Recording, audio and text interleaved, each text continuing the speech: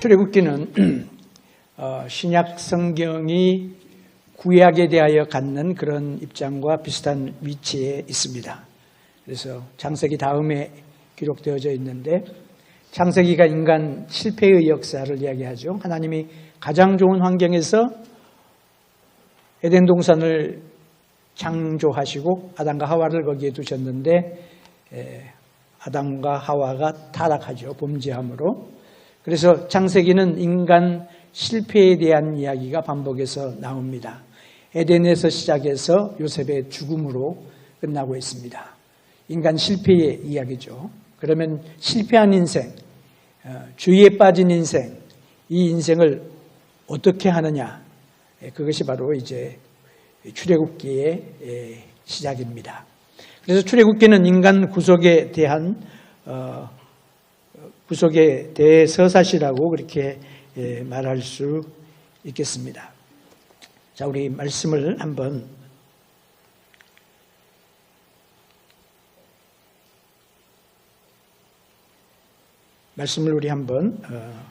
읽도록 하겠습니다.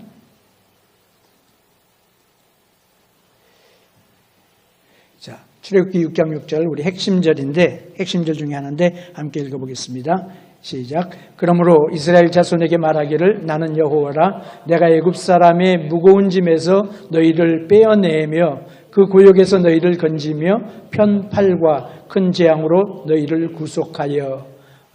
참 위대한 하나님의 선언이 나오죠. 하나님을 어떻게 묘사하고 있느냐. 출애굽기에서는 이스라엘을 구속하시는 여호와 하나님. 그래서 이스라엘의 이 구속의 역사를 누가 주도하시느냐? 여호와께서 주도하신다. 여호와가 하시는 일이 뭐냐? 세 가지 동사로 이야기하죠. 너희를 빼어내며 건지며 구속한다. 근데 빼어낸다. 애굽 사람의 무거운 짐에서 너희를 빼어내며, 구속의 대상이 이스라엘 백성들이죠. 애굽의 무거운 짐. 그들이 지금 출애굽기를 시작하면서 경험하고 있는 것은 노예 생활이죠. 거기서부터 빼어낸다. 빼어낸다는 말은 사다, 택하다, 빼앗다. 이제 그런 의미, 원수를 갚아준다. 그런 의미죠. 건져주신다. 건져주신다는 말은 탈취하다, 구원하다, 탈출하다. 그런 뜻으로 하나님의 다양한 구원의 역사를 보여줍니다. 하나님이 어떻게 구속하시느냐? 편팔로 구속한다. 편팔. 팔을 편다고 하는 것은 능력 있고 적극적인 행동을 계시한다는 말이 되겠죠.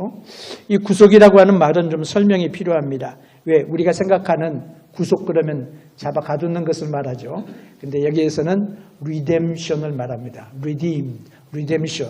이 말이 무슨 말이냐? 물르다, 물러준다, 복수하다, 가장 가까운 친척이 된다. 그런 뜻이에요. 그래서 이스라엘의 나중에 이제 우리가 율법과 말씀을 보면 알겠지만, 누가 살해당했을 때에 누가 복수해 주느냐? 가장 가까운 친척이 복수를 해줍니다. 자식이 없어서 죽었을 때, 땅을 팔았을 때에 대신 갚아주는 사람이 바로 고엘입니다. 이 구속자라고 하는 말이죠. 그리고 자식이 없이 죽었을 때에 대를 잇게 해주는 그 풍습을 보고 룻기에 보면 이제 고엘 제도가 있는데, 이 가장 가까운 혈족, 다른 말하면 고엘 혹은 구속자, 갚는 사람, 그런 의미죠. 그 사람이 되어 주시겠다 하는 것입니다. 그래서 이 구속해 준다 하는 그 말은 하나님이 우리를 향하신 놀라운 사랑을 결정적으로 보여주는 그런 말씀이죠. 그래서 예수 그리스도가 우리의 구속자가 되시죠. 우리의 고엘이 되시죠. 그래서 우리의 모든 것들을 대신 감당하시고 지켜주시는 분이다. 출애굽기 19장 5절 6절 또 핵심절입니다. 시작. 세계가 내게 속하였나니 너희가 내 말을 듣고 내 언약을 지키면 너희는 열국의 중에서 내 소유가 되겠고 너희가 내게 대하여 제사장 나라가 되며 거룩한 백성이 되리라. 너는 이 말을 이스라엘 자손에게 고할지니라. 아멘. 여기 보면은 구속한 이스라엘 백성과 그 여호와 하나님과의 관계를 설명해 주시는데 여기에는 이제 조건이 따르죠. 조건이 뭡니까? 내 말을 잘 듣고 내 언약을 지키면 이라고 합니다. 하나님 말씀에 순종하면, 그래서 율법은 이 조건이 있습니다. 순종하면 복을 받고 불순종하면 저주를 받고, 이제 이 조건이 있는데, 이 조건이 있지만은 여기에서 우리에게 주신 약속은 뭐냐면 너희는 열국 중에서 내 소유가 되고, 많은 나라들이 있지만 이스라엘이 하나님의 소유가 되게 해주신다 하는 거죠. 그리고 많은 나라 중에서 제사장 나라가 되게 하겠다. 마치 레위 지파가 제사장 지파가 되어지고, 그리고 레위 지파가 제사장으로서, 대제사장으로서 하나님께 나가는 것처럼 이스라엘이 제사장 나라가 되겠다. 그리고 거룩한 백성이 될 것이다.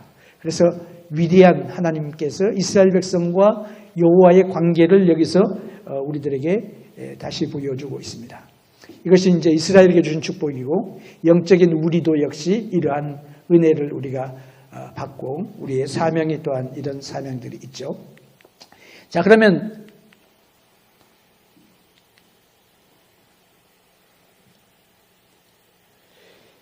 여기 보게 되면 이제 출애굽기가 어디에 위치하느냐?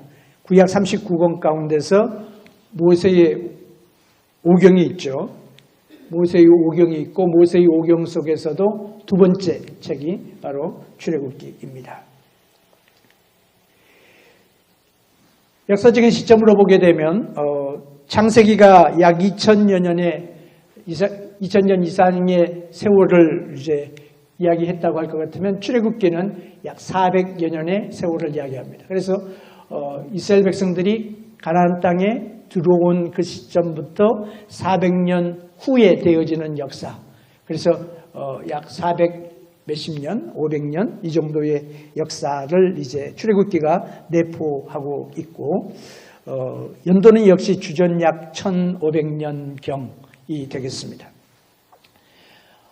출애굽기는 성경에 두 번째 나오는 책이라고 말씀드렸죠. 그리고 여기 출애굽기 위치 속에서 역사서 가운데 들어가지만 모세의 오경이라고 불리워지고, 모세의 오경이라고 불리워지는 가운데서 특별히 애굽에서 출발해가지고 시내산까지 가는 여정을 출애굽기에서 집중적으로 다루고 있습니다. 그래서 이제 우리 조금 더 자세하게 이제 보도록 하겠습니다. 창세기가 예수 그리스도를 누구로 묘사합니까? 창조주로 묘사하죠. 창조주로 묘사한다면 출애굽기는 예수님을 유월절 어린 양으로 묘사합니다. 그래서 가장 중요한 사건이 뭐냐? 그것이 바로 이제 유월절 사건이 되고, 유월절을 통하여 이스라엘이 애굽의 압제하에 있다가 자유함을 얻는 역사가 일어나죠. 그래서 출애굽은 인간 구원에 대한, 구속에 대한 서사시입니다. 그래서 출애굽기는 범죄하여 실패한 인생이 죽음으로 끝낼 수밖에 없는 인생이 어떻게 구원을 받느냐 하는 것을 우리들에게 그림으로 보여주는 그런 위대한 책이라고 할 수 있습니다. 하나님은 이스라엘 백성들에게 노예로부터 자유함을 주시고, 그리고 하나님이 노예이었던 그들과 함께 거하시는 걸로 출애굽기가 끝납니다. 굉장히 감동적인 것이죠. 그리고 출애굽기는 예수 그리스도를 유월절의 어린 양이라 그렇게 묘사했죠. 그래서 이 전체 큰 그림을 가지고 우리가 이제 출애굽기를 이제 살펴보도록 하겠습니다. 그런데 출애굽기의 명칭이 나오는데, 이 출애굽기의 명칭이 어디서부터 왔느냐? 출애굽기는 헬라어로 이제 모세의 오경 구약을 번역할 때 번역한 그 책을 70인경이라고 이야기합니다. 근데 70인경에서 책 이름을 이제 엑소더스라고 붙였습니다. 이 말은 이제 탈출이다, 뭐 이런 의미가 되는 거죠. 자, 그러면 출애굽기의 저자가 누구냐? 출애굽기의 저자는 모세입니다. 모세가 아니다라고 주장하는 그런 자유주의학자들이 있지만, 그러나 잘못됐어요. 그들의 전제가 잘못됐고, 접근 방법이 잘못됐고, 그리고 그들의 가정이 잘못됐어요. 그래서 출애굽기 저자가 모세다. 모세가 자신이 증거를 했고 구약이 증거를 하고 신약이 증거를 하고 예수님이 증거하고 사도가 증거하고 그래서 모세의 글이라 예수님도 그렇게 말씀하시면서 역시 제자가 모세인 것을 우리들에게 확실하게 보여주십니다. 자, 출애굽기가 언제 써졌느냐? 기록 연대가 중요하다 그랬죠. 기록 연대는 출애굽 사건이 몇 년에 일어나냐면 1446년. 이것은 성경으로부터 근거한 연도입니다. 정확합니다. 제가 지난번 강의, 여러 번 전에 강의할 때에 이집톨로지에 대해서, 이집트 역사에 대해서 이야기하면서 이집트 역사가 굉장히 혼돈되어져 있다. 그래서 사실은 이집트 역사의 세계 역사를 다 맞추어서 비추는데 그런 면에서 세계 역사도 상당히 혼돈스러운데 성경의 역사는 굉장히 분명합니다. 정확하게 알 수 있어요. 그래서 이 성경 역사를 계산해 보면은 주전 1446년에 출애굽을 했다라고 말할 수 있어요. 그러면 출애굽기가 언제 써졌느냐? 출애굽한 이후로 그 다음에 모세가 죽기까지 그 사이에 기록이 됐겠죠. 그 실제적인 역사를 보면 출애굽한 그 사건으로부터 한 1년여 년까지의 여정을 출애굽기가 다루고 있습니다. 그래서 출애굽기 저자가 모세다 하는 것이고 그때 사회적인 정치적인 배경은 애굽의 18왕조였다 하는 것을 나중에 조금 이따 다시 설명을 드리겠습니다. 자, 출애굽기에 기록하는 목적이 뭐냐? 첫 번째는 구원의 역사를 우리들에게 보여주시는 것입니다. 그래서 죄로 말미암아 하나님과 분리되죠. 죄로 말미암아 우리는 죽고 죄로 인하여 노예가 되었죠. 그래서 이런 인간이, 범죄한 인간이 하나님의 자비와 은혜를 받게 되는 구원의 역사, 구속의 역사가 어떻게 시작이 되고 진행이 되느냐, 이게 출애굽기의 중요한 스토리입니다. 그리고 출애굽기가 어떻게 돼요? 창세기가 전 우주로부터 그 다음에 지구가 포커스가 되고 에덴 동산이 포커스가 되고 그리고 한 사람, 한 여자, 아담과 하와가 포커스가 되고 그 다음에 이 역사가 흘러가죠. 인류 역사가 흘러가다가 이제는 많은 민족 가운데서 한 가족을 택하시고 한 민족을 택하셔서 제사장 나라 되게 하시는 하나님의 그 역사를 우리들에게 보여주시는 거죠. 그래서 하나님의 나라, 신정국가, 하나님이 통치하는 그런 나라를 형성하는 그런 준비 과정들을 이제 보여주는 것이 바로 출애굽기입니다. 자, 출애굽기의 핵심 단어는 구속이라고 말씀드렸죠. 리뎀션. 그래서 이것은 애굽의 속박 상태에서 벗어나 가지고 하나님과 언약 관계가 되는 거예요. 그래서 이 리뎀션이라고 하는 말은 구원, 구속, 뭐 여러 가지 표현으로 사용됩니다만 진정한 의미는 룻기에 나오는 것처럼 기업을 무르는 자, 고엘, 구속자라고 하는 말이 바로 그 말이죠. 그래서 내 짐을 대신 담당해 주시는 분, 나의 모든 죄짐을 해결해 주시는 분, 그런 의미로서 구속을이라고 하는 단어를 사용을 합니다. 그래서 하나님이 이렇게 이스라엘 백성들을 다루어 주시는 그런 하나님의 사랑을 볼 수가 있습니다. 핵심절은 아까 읽은 것처럼 출애굽기 6장 6절과 19장 5절과 6절 이 말씀이고 핵심 장은 뭐가 되느냐? 출애굽기 12장에 보면 유월절 사건이 나오죠. 유월절 사건. 그래서 이 유월절 사건이 분수령이 됩니다. 분수령이 되어서 이스라엘 백성들이 노예 생활을 하다가 하나님의 은혜와 긍휼하심으로 자유함을 얻는데 그 자유함을 얻게 되는 사건이 뭐냐? 유월절 사건이에요. 유월절. 그래서 유월절을 통하여 그들이 구원을 받는데 그래서 마치 뭘 보여주냐면 예수 그리스도의 십자가 사건과 직접적으로 연결이 됩니다. 그래서 우리가 어떻게 구원을 받느냐? 우리가 예수 그리스도의 십자가 사건 때문에 그 예수 그리스도의 죽으심과 부활하심 때문에 하나님의 구속의 은혜를 받게 되어졌다. 우리는 구원받게 되어졌다 하는 사실을 구약에서 가장 강력한 예표로서 보여주는 예수 그리스도의 사역을 잘 설명하고 있는 것이 바로 출애굽기의 유월절 사건입니다. 그래서 유월절 사건에 가게 되면 속도가 또 느려지는 것을 보게 됩니다. 그래서 성경에 보면은 빨리 진행됐다가 어떤 부분에 가서는 천천히 진행되는데 그 천천히 진행되는 부분은 뭐예요? 중요한 부분이에요. 신약에도 복음서를 보게 되면 예수님의 전생애가 30몇 년 되는데 빨리 진행이 되다가 예수님의 십자가 사건이 오면은 천천히 진행이 되죠. 그래서 복음서 약 3분의 1 정도가 예수님의 십자가, 마지막 사건, 십자가 사건을 보여주는 것과 마찬가지로 역시 그런 패런을 우리가 창세기에서도 역시 볼 수가 있습니다. 그래서 놓치지 말아야 돼요. 그 의미가 뭐냐 하는 것을 이렇게 예수님의 십자가 사건과 연결해서 묵상을 하면 굉장한 은혜와 또 굉장한 하나님의 놀라운 진리를 우리가 깨닫게 됩니다. 자, 이거는 이제 아까 읽었으니까 우리 지나가도록 하겠습니다. 자, 그러면 전체 출애굽기 구조가 어떻게 되느냐? 이제 조금 더 자세하게 들어가죠. 그래서 출애굽기가 이제 한 40장 되죠. 40장인데 여러 가지 방법으로 나눌 수 있습니다. 그래서 여러분들이 이제 읽으면서 나눌 수도 있어요.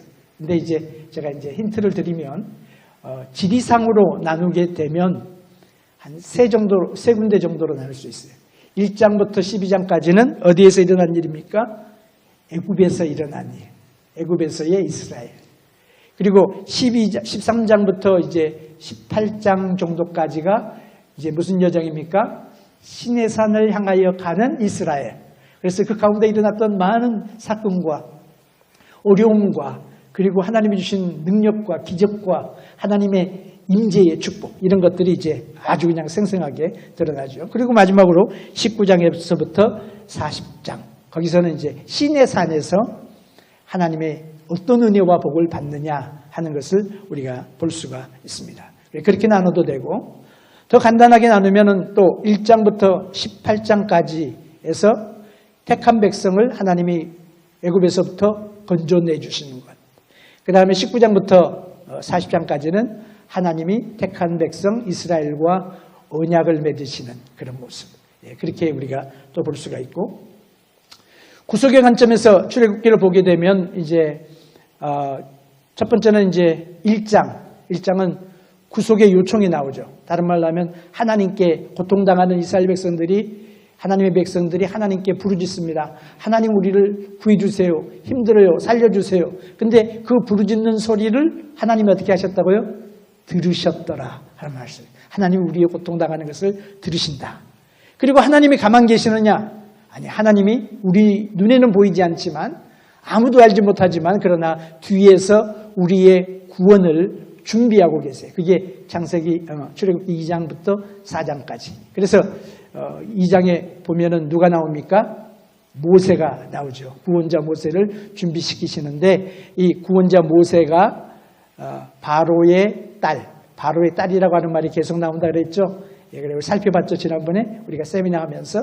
근데 이 바로의 딸이 누구인지 이제 21세기 주님 오실 때가 다 되니까 역사가 다 이렇게 우리들에게 밝혀지게 되는데 누구인지 20세기 들어와 가지고 우리가 비로소 알게 됐어요. 그 사람 이름이 있어요.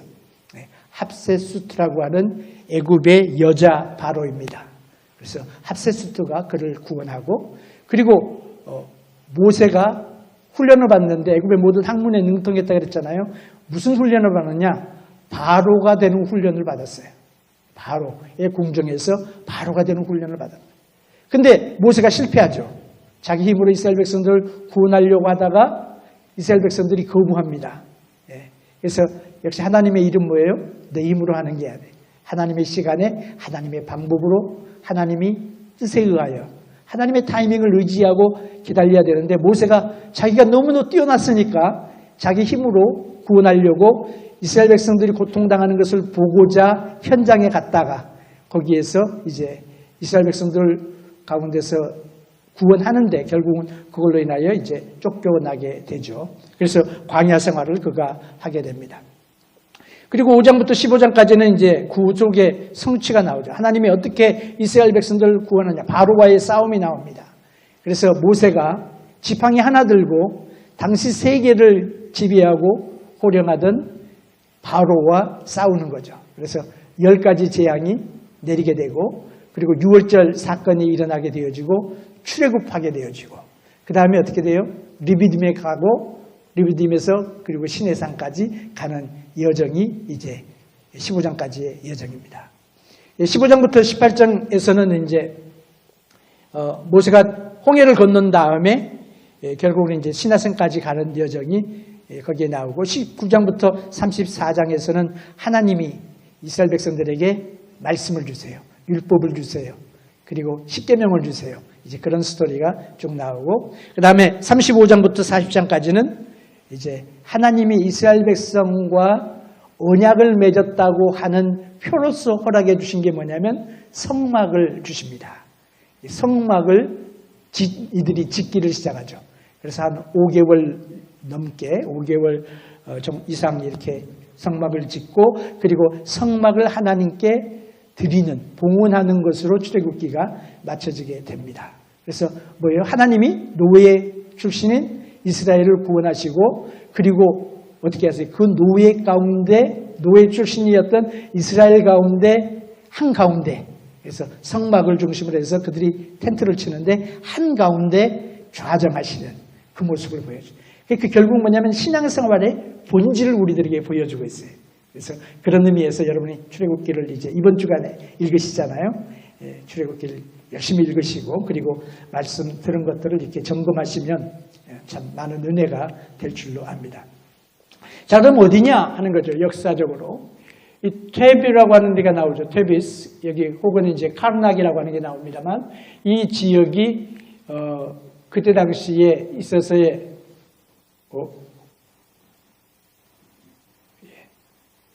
중심지였어요. 중심지였는데 이스라엘 백성들이 살았던 곳은 어디냐면 저 위에 서클 있죠.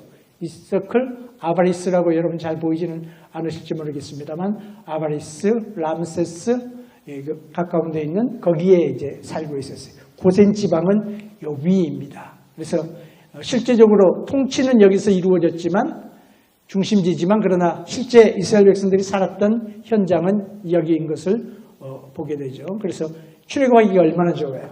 하나님이 이스라엘 백성들을 애굽으로 인도하셨을 때 저 밑으로 들어오지 않게 하시고 저 끝에 나일강 하변에 기름진 땅에서 살게 하신 하나님의 경륜을 우리가 여기서 보게 되죠.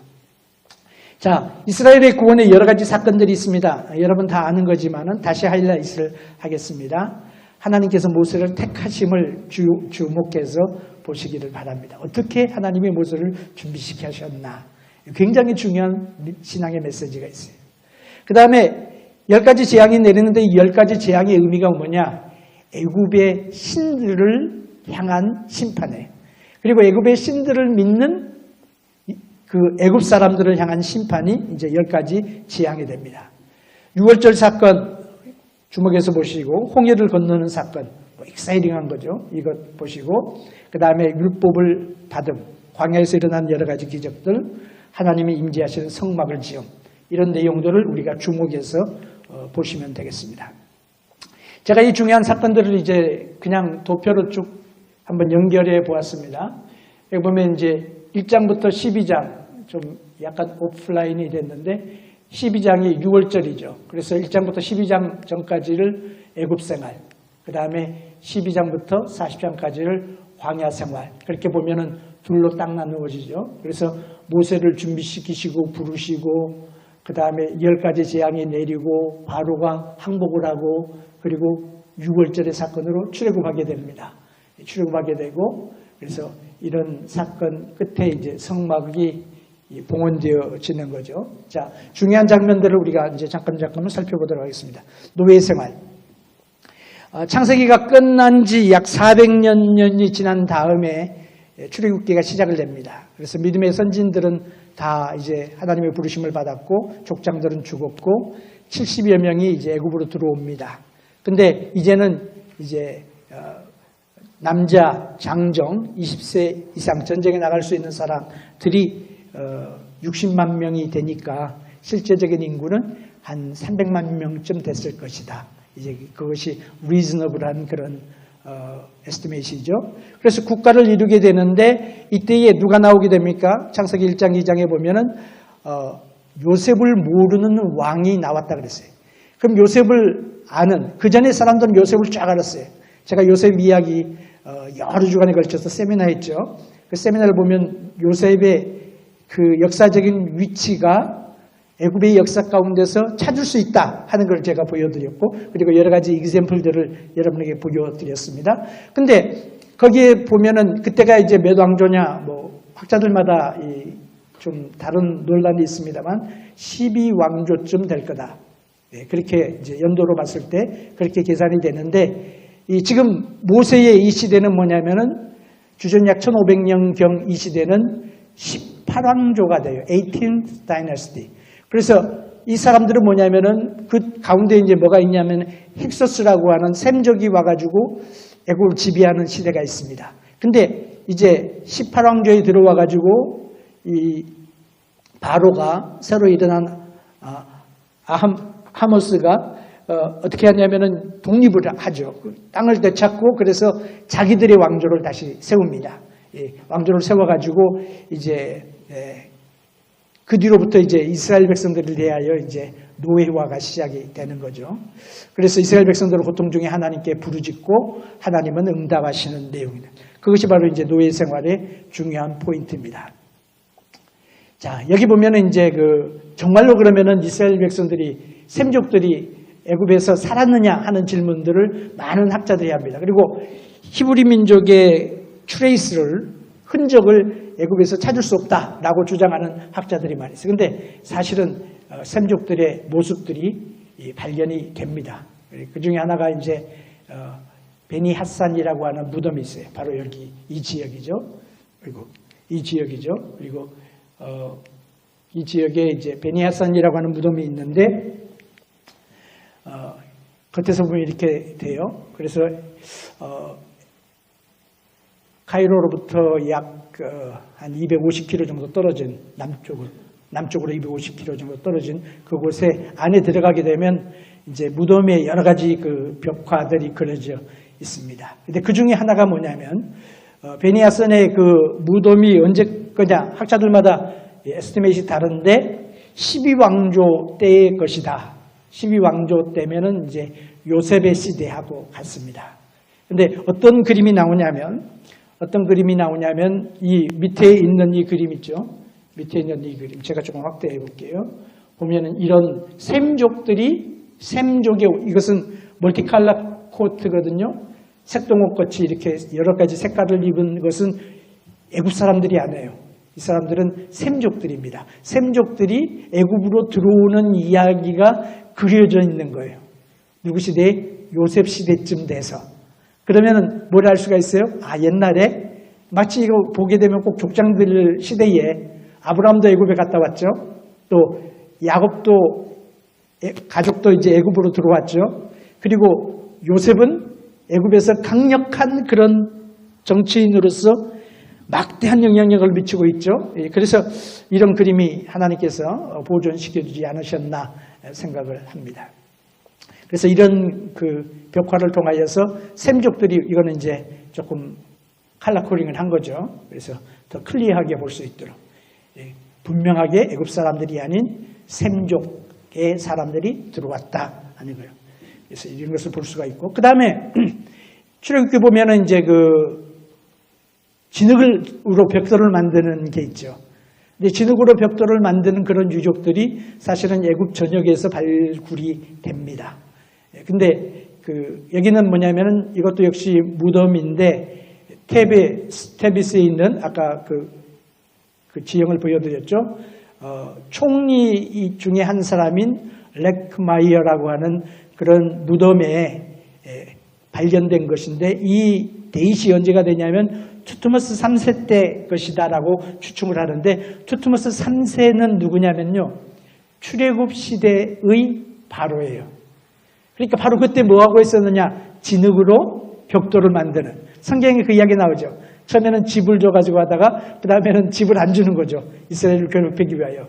그리고 너희들이 찾아가지고 해라, 이런 식으로 하는데, 역시 벽돌로 만드는 것이 이런 벽화 속에서 발굴이 되는 거죠. 자, 그리고 이제 3장 4장에 보면 출애굽을 위한 지도자 모세를 하나님이 세우십니다. 하나님은 어떻게 역사하시냐면요, 무슨 일을 하실 때 항상 하나님 혼자 하실 수도 있지만 사람을 통해서 합니다. 사람을 준비시키시고 훈련시키신 다음에 그리고 그 사람을 통하여 하나님의 역사를 이루어 가십니다. 근데 여기에 이제 이 출애굽의 연도를 우리가 이제 나중에 다시 제가 말씀을 드리겠습니다만, 이 연도의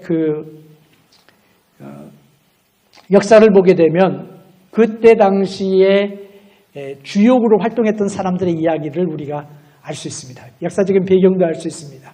그래서 제가 이제 그 중에 몇 가지만 간단하게 소개를 하면, 이 사람이 누구냐? 요셉을 알지 못하는 왕 아모스라고 하는 왕이에요. 근데 이 사람이 18왕조의 창시자가 됩니다. 그래서 18왕조를 세웠어요. 그럼 이 사람이 그 통치를 하기 시작했을 때가 언제냐? 주전 1549년쯤 되는 거죠. 그러면 1549년이면 출애굽하기 몇 년 전이냐면 한 100여 년 전쯤 되는 거예요. 그럼 이스라엘 백성들이 광야 생활, 애굽 생활하면서 400년 동안 다 노예 생활을 했느냐? 그건 아니죠. 핍박은 있었어요. 누구 때에? 요셉을 알지 못하는 왕이 들어섬으로 인해서 18왕조가 시작됨으로 인하여 핍박은 있었지만은 어린 아이들을 날강에 버리라 이런 핍박은 없었어요. 그건 모세 시대에 바로 시작된 거예요. 어떻게 할 수 있느냐? 모세의 형이 있죠. 모세의 형이 모세하고 나이 차이가 3살이에요. 그럼 형은 살았는데 동생은 물에 던짐을 받게 되잖아요. 그러면은 형 때는 적어도 나일강에 어린아이를 던지라고 하는 그런 이야기가 없었다고 하는 말이 되죠. 그래서 이것을 보게 되면 한 모세의 나이하고 비슷하게 핍박이 시작되지만, 그래야 핍박이 있어야지 하나님께 기도하잖아요. 우리가 하나님 구해주세요라고 기도하니까. 그래서 핍박이 시작되지만 극심한 핍박은 모세 때, 그리고 하나님이 극심한 핍박을 내리신 이유가 뭐예요? 모세를 바로의 궁정에 보내기 위하여. 하나님 하시는 거 보면 너무너무 오묘하고 어메이징한 것을 보게 되죠. 그래서 이제 핍박이 되는데, 이제 그 모세를 구원했던 바로의 딸이 누구냐? 바로의 딸이 바로 합셋수트라고 하는 사람입니다. 그래서 21세기에 들어와 가지고, 사실은 19세기부터 이 사람의 이름에 대해서 이야기가 있었습니다만 21세기에 와 가지고 이게 확 드러나게 됐어요. 뭐냐? 이 합셋숫은 그냥 바로의 딸이 아니라, 바로 성경에 보면 공주라고 안 하고 바로의 딸이라고 하는 표현을 쓴다 그랬죠. 의미가 있어서 그렇게 쓴 거예요. 근데 정말로 의미가 있어요.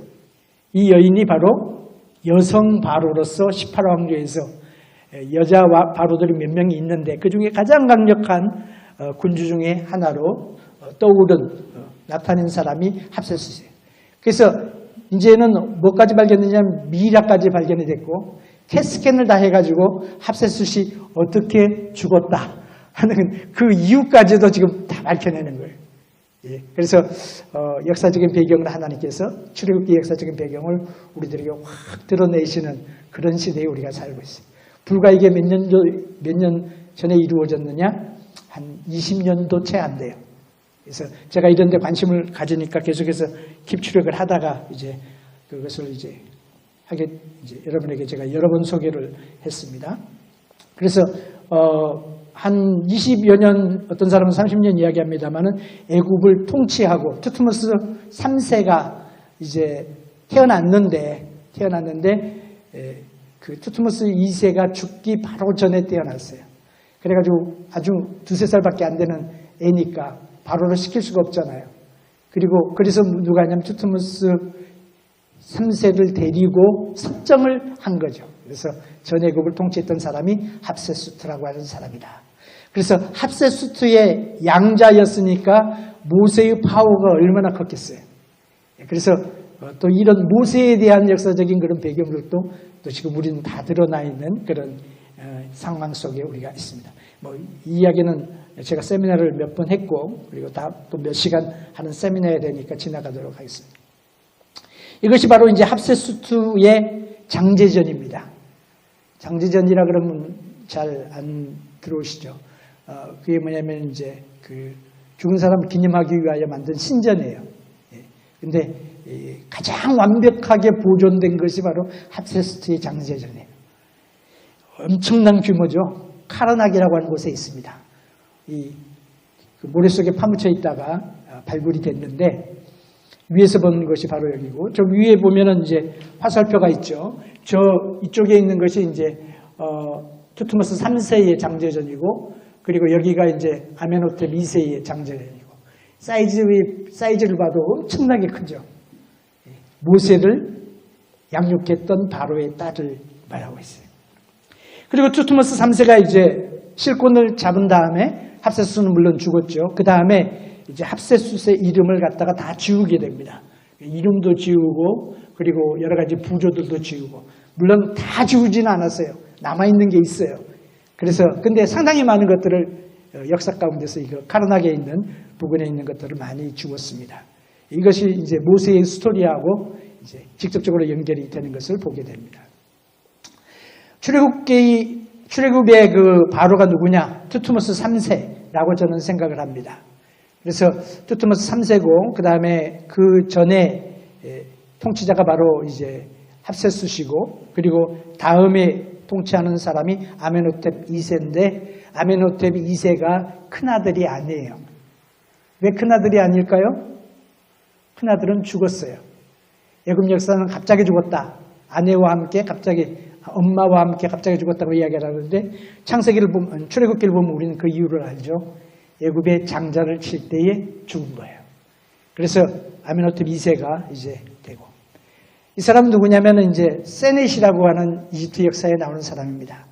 그래서 합세수트의 오른팔로서 약 90여 개의 타이틀을 가지고 있는 사람이에요.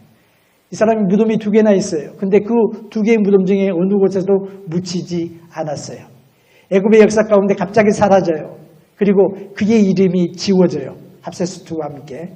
그래서 저는 이제 여러 가지 역사적인 배경과 정황을 볼 때에 세누시라고 하는 이 사람 그리고 이 사람의 이런 동상, 이런 인장 이런 것들이 20여 개 이상이 발굴이 돼요. 25개 이상이 발굴이 됐어요. 타이틀이 90여 개가 가지고 있어요. 그러니까 막강한 영향력을 가진 그런 사람인데 이 사람이 모세일 가능성이 많다. 저는 이제 개인적으로 그렇게 생각을 합니다. 물론 역사적인 그런 고고학적인 자료를 가지고 제가 하는 거죠. 이것도 또 다른 몇 강기가 되겠습니다. 지나가겠습니다. 자, 모세가 이제 애굽에서 이스라엘 백성들 구하려다가 실패하고 이제 도망을 갑니다. 어디로 도망갔어요? 미디안으로 갔다 그랬죠. 미디안으로 가가지고 누구 집에 가냐면 이드로 집에 갑니다. 근데 이드로가 어디 있느냐? 이드로는 시나이 반도에 살지 않았어요. 거기는 없어요. 어디 사느냐? 약 3,500년 동안 비밀에 감춰져 있다가 지금부터 약 30여 년 전에 란 와이시라고 하는 사람이 사우디아라비아에 몰래 잠복해 들어가가지고 사진들을 찍어 왔어요. 근데 그 사진을 보고 비디오를 보고 사진을 보고 제가 관심이 있어가지고 계속 팔로우를 했는데 바로 모세가 갔던 이드로의 집이 어디 있느냐? 이 사우디아라비아의 남서쪽 끝에 있어요. 이드로의 집이 있고 지금도 거기 보면 이제 제벨 무사라고 하는 모세의 산이 있어요. 그 알로즈라고 그렇게 이야기를 하는데 알로즈, 제벨 무사 이 산이 있는데 그 산이 저는 신의 산일 것이다 그렇게 생각을 합니다. 신의 산의 새로운 위치를 여기서 보여드려요. 그래서 도망갔다가 다시 어디로 가요? 다시 애굽으로 들어가죠. 이것이고 애굽에 이제 10가지 재앙이 내립니다. 10가지 재앙이 내리는데 이 첫 번째는 나일강이 피로 변하고 개구리 재앙, 이재앙, 파리 재앙, 그 다음에 악질이 나고 독종이 나고 우박이 내리고 메뚜기, 흑암이 오고 그리고 처자들이 죽고 이제 이런 재앙들이 나오죠. 근데 이 재앙들이 결국은 누구에 대한 심판이냐? 애굽의 신들에 대한 나일강도 신이고요, 개구리도 신이고요, 이도 신이고요. 또 보세요. 다 신들이에요, 신. 독종은 누구에게 납니까? 소들에게 나죠. 가축에게 나죠. 그것도 역시 신이에요. 아피스라고 하는 그런 신이고. 독종도 역시 마찬가지고, 우박도 역시 신이고, 또 보면은 메뚜기도 신이에요. 세드라고 하는 곡물신이고, 흑암도 신이에요. 태양신. 평신의 기력을 잃어버린 거죠. 어둠이 덮으니까. 그리고 마지막 장자의 죽음. 이 모든 것들이 이제 애굽의 신들에 대한 재앙이고 애굽의 신들을 섬기는 백성들에게, 애굽 사람들에게 내린 재앙인데 하나님이 하시는 메시지가 뭐예요? 너희가 애굽의 신을 섬기지만 애굽의 신은 아무것도 아니다 하는 걸 보여주시는 거예요. 이스라엘 백성들이 그 가운데서도 보호하심을 받죠.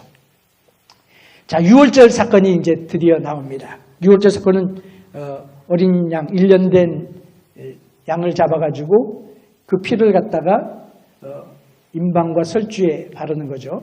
그래서 이게 이제 손에 들고 있는 저것이 뭐냐면은 우슬초입니다. 저희 집에 우슬초가 있는데 누가 갖다 줬어요.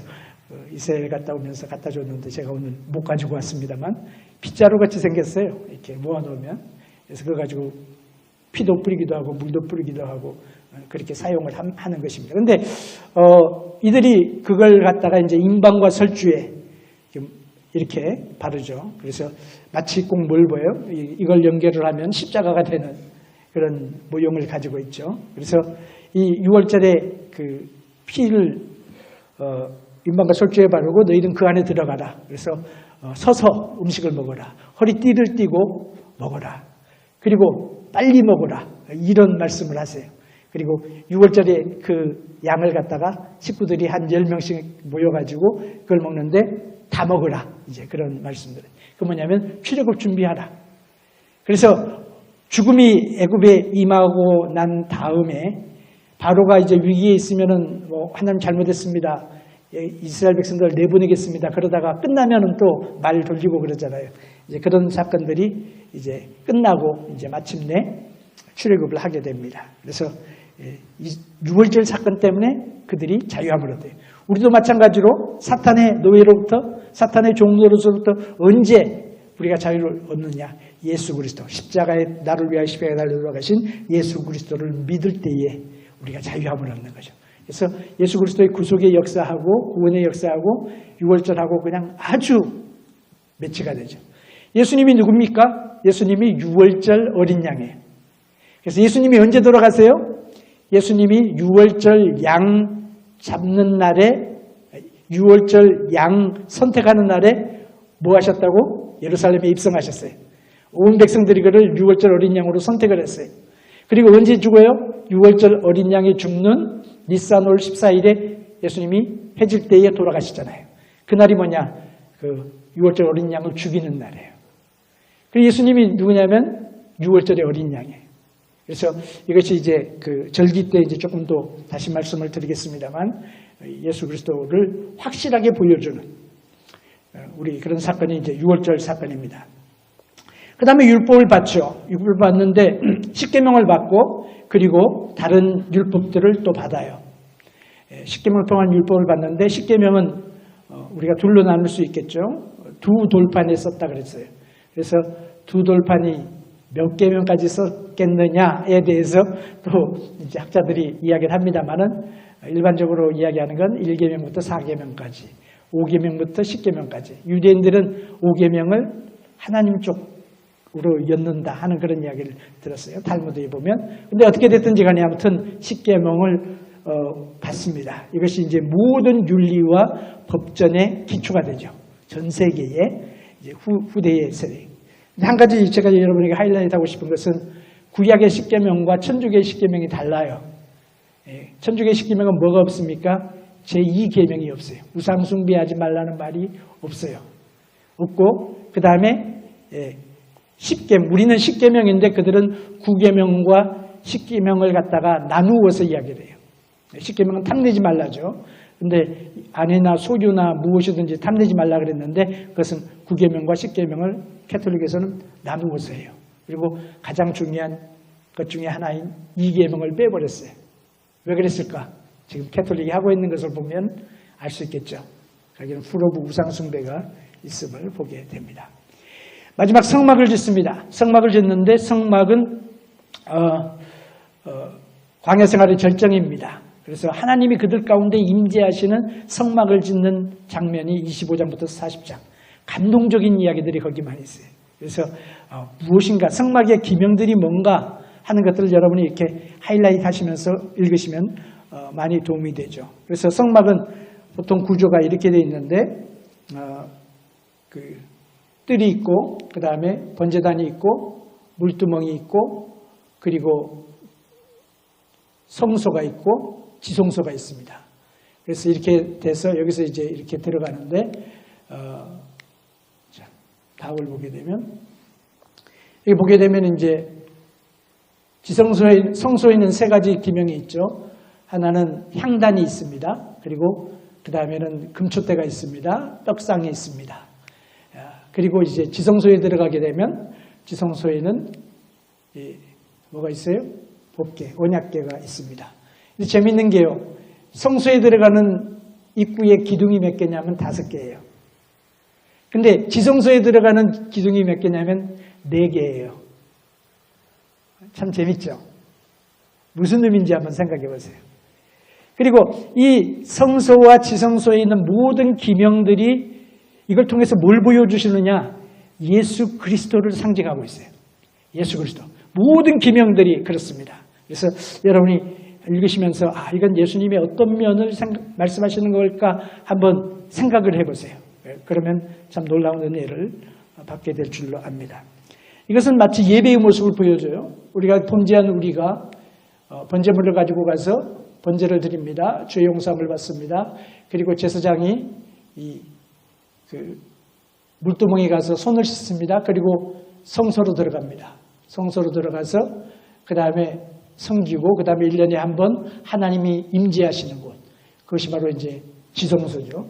거기에 1년에 한 번 피를 가지고 들어가서 하나님을 만나는 그런 내용이 나오죠. 어떻게 보면 우리의 예배하고 참 비슷한 그런 모습을 보여요. 예배의 본질을 사실은 보여주고 있어요. 예수 그리스도를 보여주고 예배의 본질을 보여주고. 지나갑시다. 자, 여러 가지 주제들 여러분 그 아웃라인 제가 드렸으니까 그거 보시면 되겠고, 출애굽기에 나타난 예수 그리스도, 모세가 예수 그리스도의 상징이고요. 6월절, 7대 절기, 출애굽 사건, 만나와 물, 성막, 대제사장, 이 모든 것 속에서 우리는 예수 그리스도의 예표를 찾아볼 수 있습니다. 여러분 한번 관심을 가지고 읽어보시고 하시길 바랍니다. 그리고 피의 역사가 여기에도 흘러가고 있습니다. 레위기가서 조금 더 자세하게 보도록 하겠습니다. 자, 출애굽기 연구 제가 이렇게 몇 가지 질문을 적었습니다만, 출애굽하기까지 애굽 생활의 그 연도가 얼마가 되느냐? 학자들마다 여러 가지 이야기가 있는데 약 400년, 430년 그렇게 보는 게 성경적이고 정확합니다. 자, 출애굽이 언제 되었느냐? 자유주의 학자들은 13세기다 그렇게 이야기를 하죠. 그래서 1290이다 주전, 1229년, 1225년이다. 람세스 2세 때 했다라고 이야기를 하는데, 그리고 십계도 역시 여기에 근거해서 만들어졌습니다. 근데 성경적인 연도로 따져보면은 어떻게 되냐면 주전 1446년 투트모스 3세 때에 출애굽했다라고 저는 그렇게 생각을 합니다. 이건 또 다른 강의고, 그 다음에 출애굽과 관련된 지명들, 출애굽 경로가 어디냐, 시내산의 위치가 어디냐, 홍해가 갈라진 위치가 어디냐, 제가 간단하게 두 그림으로만 보여드리겠습니다. 이것이 전통적인 그런 출애굽 루트입니다. 그래서 여기서 출발해가지고 어떤 사람은 이리 건넜다, 여기 호수 있죠, 갈대밭을 건넜다, 어떤 사람은 이리 건넜다, 요리 건넜다, 여러 가지 홍해에 대한 이야기가 있는데, 전통적인 그 루트가 이렇게 돼가지고 여기가 시내산이고, 그리고 이렇게 올라가가지고 한 바퀴 돌고 다시 이스라엘이 이제 갔다. 이게 이제 전통적인 것인데, 문제는 뭐냐면요, 시내산에 이스라엘 백성들의 흔적이 없습니다. 그리고 시내산이 되려면 여러 가지 아이덴티티가 있거든요. 그런데 그런 것들이 없어요. 엘리야의 굴도 없고, 르비딤도 없고, 또 스프리 락도 없고, 뭐 없는 게 너무너무 많아. 근데 30년 전에 론 화이트 이후로 많은 사람들이 몰래 들어가 가지고 사진 촬영을 했어요. 사우디아라비아에 들어가 가지고, 그리고 한국 이렇게 침 놓는 닥터인데 그분이 한 20년 동안 거기에 살면서, 사우디에 살면서, 사우디 황태자의 뭐 주치인가 뭐 그렇게 됐나 봐요. 그분이 한 6번인지 뭐 12번인지 가가지고 사진을 찍은 것이 몇 년 전에 이제 그 책으로 나왔더라고요. 근데 그런 것을 보게 되면, 그리고 이제 그 외에도 여러 사람들이 이제 사진 찍어 왔는데, 제가 생각하는 출애굽 경로는 이 해변길로 가는 것이 아니고, 해변길로 하나님 가지 말라 그랬죠. 그래서 광야길로 들어갔는데 광야길이 보통 이렇게 가거든요. 근데 이렇게 와가지고 여기서 와가지고 크로싱을 여기 이쪽으로, 여기서 크로싱을 하고 그 다음에 시내산이 여기일 거다. 저는 그렇게 생각을 합니다. 제 생각일 뿐만 아니라 그런 고고학적인 근거를 가지고 제가 말씀을 드립니다. 어쨌든 이건 뭐 제가 말씀드리고자 하는 중요한 것은 뭐냐면, 중요한 것은 성경의 이런 역사들이 우리의 현재의 역사 속에서, 21세기 역사 속에서 드러나고 있다. 성경의 역사성을 우리가 확인할 수 있다 하는 것이죠. 정말로 중요한 출애굽의 이야기는 바로 구원의 사건입니다. 그래서 우리를 구원하신 그 주님을 생각하며 출애굽기 읽으면서 감사하고, 그리고 그 이스라엘 백성들이 경험했던 그 감격을 우리도 경험하는 그런 출애굽에 읽는 여정이 되시기를 바랍니다.